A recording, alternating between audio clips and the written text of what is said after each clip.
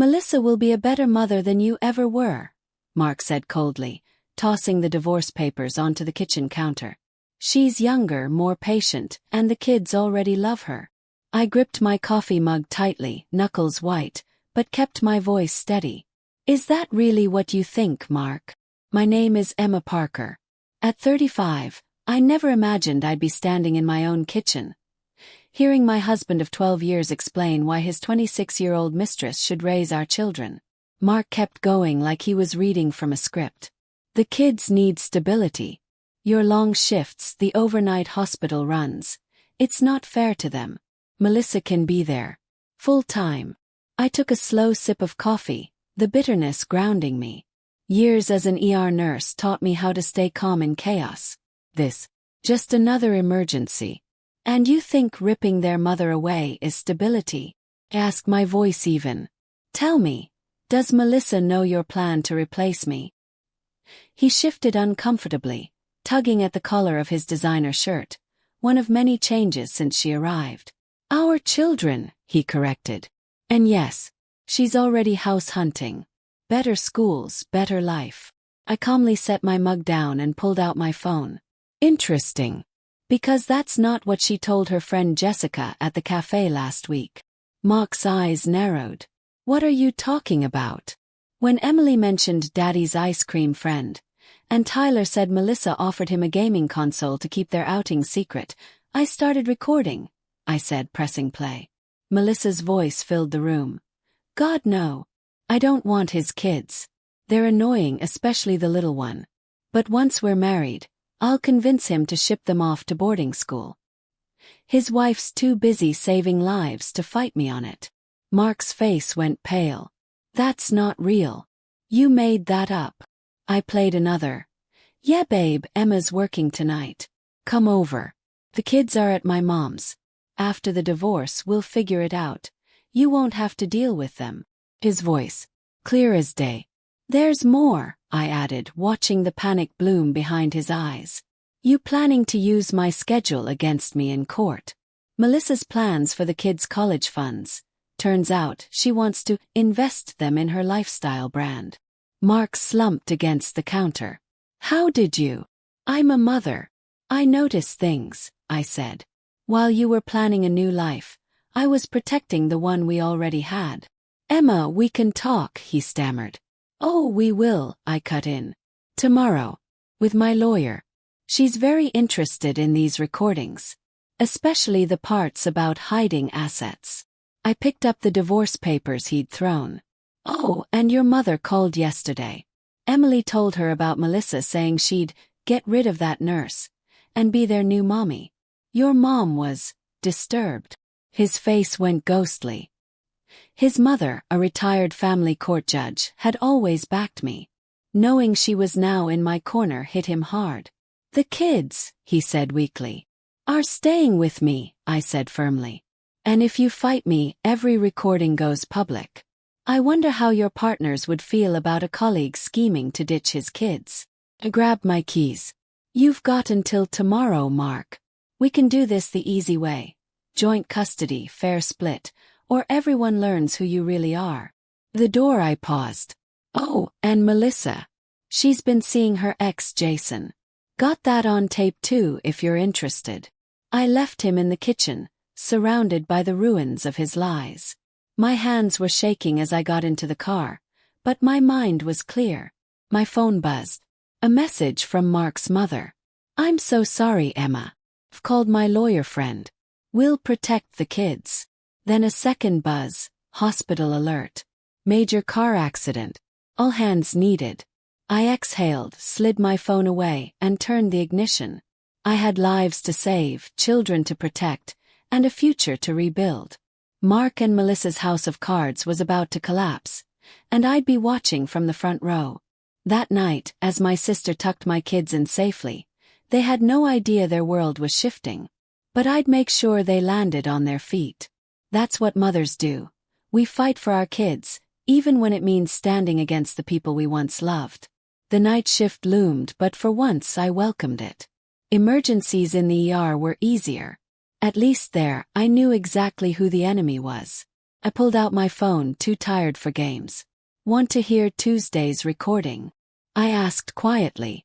The one where Melissa told Emily that Mommy doesn't love you enough to stay home. Mark's face collapsed. I didn't know. No, I said. You didn't. Because you were too busy chasing your new life to notice what was happening to the old one. Your children. Did you know Tyler's grades have dropped?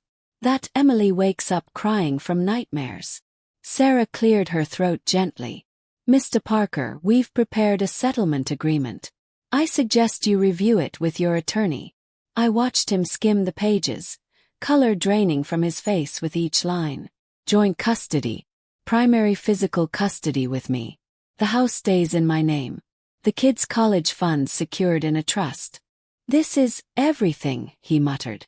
You're taking everything. No, Mark, I said evenly. I'm protecting everything. Our children, their future, their stability. The things you were willing to gamble for Melissa. His phone buzzed. One glance, and I saw the shift in his expression. Let me guess, I said. Melissa didn't appreciate the recordings. She's leaving, he mumbled.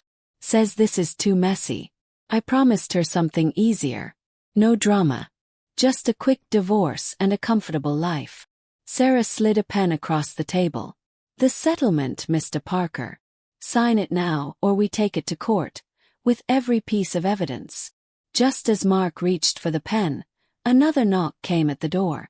Patricia, his mother, entered poised and composed as ever, her voice like steel. I thought I'd find you here, she said to Mark. The hospital board needs to speak with you. Something about ethical concerns. Mark's head snapped up. Mom, you didn't. I didn't need to, Patricia interrupted. Emily told her pediatrician what Melissa said to her. The doctor's a mandated reporter. You know how that works. I watched as Mark's carefully built world came crashing down. His plans, his image, his future with Melissa, demolished by truth. He signed the papers without another word. As he turned to leave, Patricia stepped in front of him. One more thing, she said coolly. Emily's therapist has documented everything. If either of you go near the children without proper supervision, the recordings will be the least of your problems. After they left, I let the tears come. Sarah silently slid a tissue box across the desk. You did good, Emma, she said. The kids are safe. That's what matters. My phone buzzed. A message from my sister. Kids are asking about pancakes for dinner. Coming home soon. Through my tears I smiled. Pancakes, our comfort food. Tonight we needed that. As I gathered my things, Sarah added. Just one more thing. The hospital board isn't just concerned about Mark. They're impressed with how you've handled everything. There's talk of a promotion. I paused in the doorway, the future unfolding in front of me. Divorce wasn't easy, but with truth and resilience, my kids and I would face it together. First pancakes, I said. Then we'll talk about the future. 6 months later, I stood in our cozy, freshly painted living room, watching Emily and Tyler do homework together. The changes in them were subtle but powerful. Emily no longer woke from nightmares, and Tyler's grades had bounced back. Mark stuck to the custody agreement, though his visits had dwindled. Melissa had moved in with her ex, Jason, publicly. The kids had questions at first, but their therapist, Dr. Martinez, helped them process it all. Mom, Tyler called. Can we have pancakes tonight? I smiled, remembering that night after the lawyer's office. Pancakes had become our quiet symbol of healing, something warm and sweet out of life's messiest moments. Sure, I said. But I have some news first. They looked up. Emily brushed her dark hair out of her eyes. So much like Mark's, but her strong expression was mine. Remember all those extra shifts I've been working? Yes. They nodded. It's because the hospital offered me a new position, emergency department clinical coordinator. Does that mean more work? Tyler asked, frowning. Actually, I grinned. It means more evenings at home. More weekends together. Emily lit up. No more overnight shifts. Very few, I promised. And Aunt Jessica will still help when needed.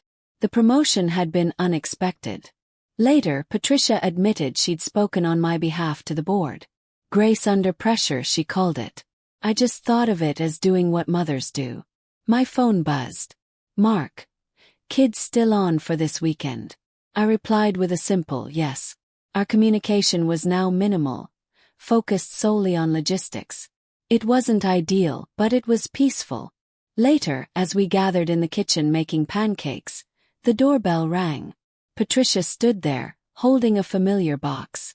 I found these in the attic, she said, placing it gently on the counter. Thought the kids might want them.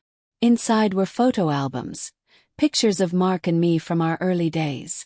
The kids as babies. Happier times before things unraveled.